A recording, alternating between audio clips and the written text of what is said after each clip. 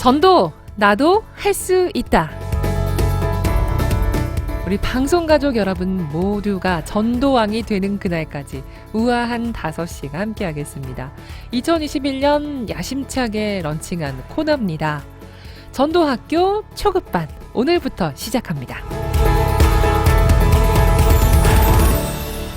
자, 우리 학생들 지금 수업 받을 준비 다 되셨죠? 오늘 첫 번째 시간인데요. 전도학교 초급반은 1교시와 2교시로 나눠집니다. 1교시는요, 우리 선생님께 전도 어떻게 하는 겁니까?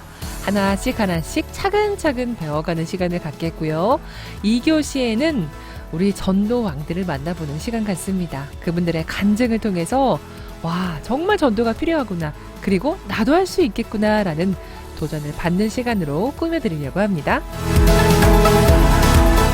전도학교 초급반의 수강생이 되기 원하시는 분들 단문 50원의 유료 문자입니다. 샵 1047 우물정의 1047번으로 저요! 라고 지금 바로 손을 들어주시기 바랍니다. 자, 전도학교 초급반 학생을 모집합니다. 저요! 라고 남겨주신 분들 중 추첨을 통해서 3분께 선물을 보내드리겠습니다.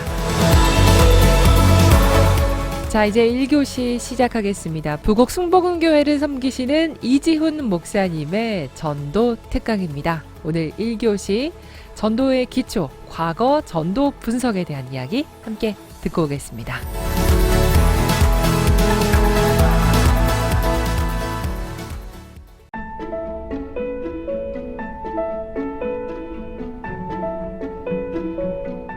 안녕하세요. 반갑습니다. 부산의 부곡 순복음 교회를 섬기고 있는 이지훈 목사라고 합니다. 제주 극동방송 우아한 5시 전도학교를 섬길 수 있는 은혜 주신 하나님께 감사를 드립니다. 그러면 오늘 첫 번째 시간으로 전도학교 초급반을 시작하기로 하겠습니다. 먼저 전도에 대해서 우리가 살펴보고자 하는데요.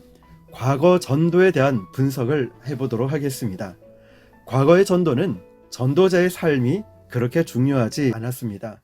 그래서 누구든지 복음을 전하면 전도가 되었죠. 그것은 한국 교회 초창기의 모습이 사람들 보기에 좋아 보였기 때문에 가능했었습니다.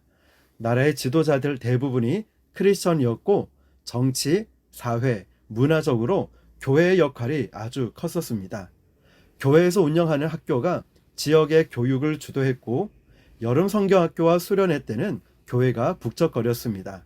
세상 사람들이 교회에 오고 싶어 했다는 것이죠.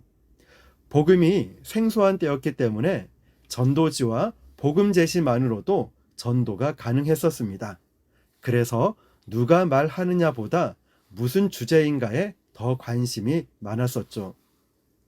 70년, 80년대 초반을 보면 그때 주로 했던 전도는 노방전도, 축호전도, 과거에는 참 많이 했었죠. 이런 전도를 통해서 과거에는 열매가 많이 있었습니다. 그런데 오늘날 시대는 이런 노방전도, 축호전도가 열매가 있을까? 잘 없겠죠. 아예 없는 건 아니지만 많지 않았다는 것이죠. 왜 똑같은 노방전도인데 내용과 방식이 똑같은데 왜 그때는 되고 지금은 안 되는 것일까요? 그 이유가 무엇일까요?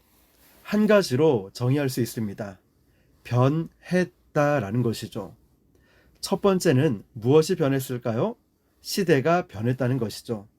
사람들의 가치관, 좋아하는 것, 추구하는 것들이 변했습니다. 과거는 일하는 게 중요했을까요? 여가 생활 보내는 게 중요했을까요? 일이었죠. 오늘날은 어떨까요?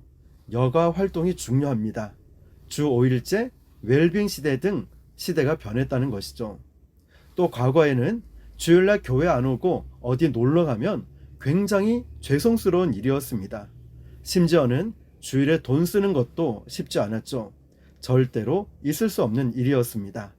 그런데 오늘날 어떻습니까? 금토일 연휴가 낀 날은 아주 놀러 가죠. 많은 시간들이 그렇게 여가 생활로 보낸다는 것입니다. 두 번째는 무엇이 변했냐면요. 믿지 않는 사람들이 변했습니다. 교회를 바라보는 시각이 변했다는 거죠. 과거에는 믿지 않는 사람들이 교회를 바라볼 때 긍정이 많았습니다. 물론 부정도 있었겠죠. 교회는 좋은 곳이지, 교인들이 착한 사람이지, 교회는 좋은 일을 하는 곳이지 등 긍정적인 이미지가 많았습니다. 안타깝게도 오늘날에는 부정이 많습니다. 여름 성경학교 하면 첫날에 동네 한 바퀴를 돌면 아이들을 쫓아오죠. 엄마는 안 와도 아이들을 교회로 보냈다는 것이죠. 그런데 오늘날 그렇게 동네 한 바퀴를 돌면은 어떤 일이 일어날까요? 경찰에 신고하기도 하고 민원을 넣고 난리가 난다는 것이죠. 이런 것들을 보면 교회를 바라보는 시각이 부정적으로 변했다는 것을 알 수 있습니다. 물론 코로나로 인해서 여러 가지 상황들로 인해서 그렇게 썩 좋지만은 않은 것을 알 수 있습니다. 마지막 세 번째, 무엇이 변했냐면 믿는 사람들이 변했습니다.